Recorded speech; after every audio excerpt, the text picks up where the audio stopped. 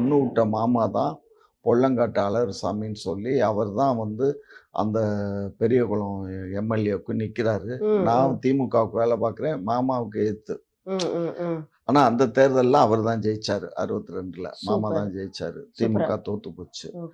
So அதெல்லாம் ஒரு காலகட்டம்டா. அதாவது அரசியல்ங்கிறது வந்து ஒரு பச்சையா சொன்னா நீ பொம்பளை பிள்ளை அவசாரித்தனம் தான்.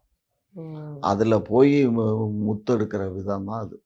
அதுலயே மூழ்கி முத்தெடுக்கணும். அவன் தான் நிலைச்சு நிற்பான். இல்லைன்னா என்ன மாதிரி தான் இருக்கணும்.